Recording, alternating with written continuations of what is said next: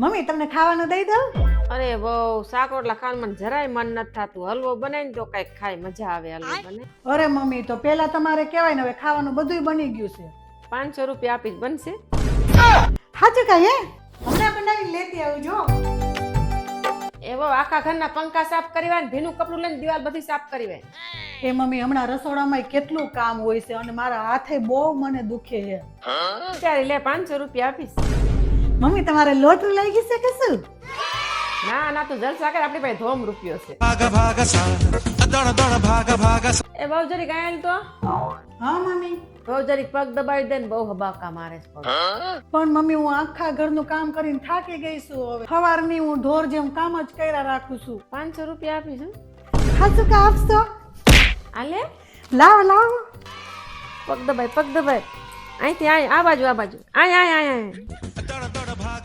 હાથ પગ અમારે આય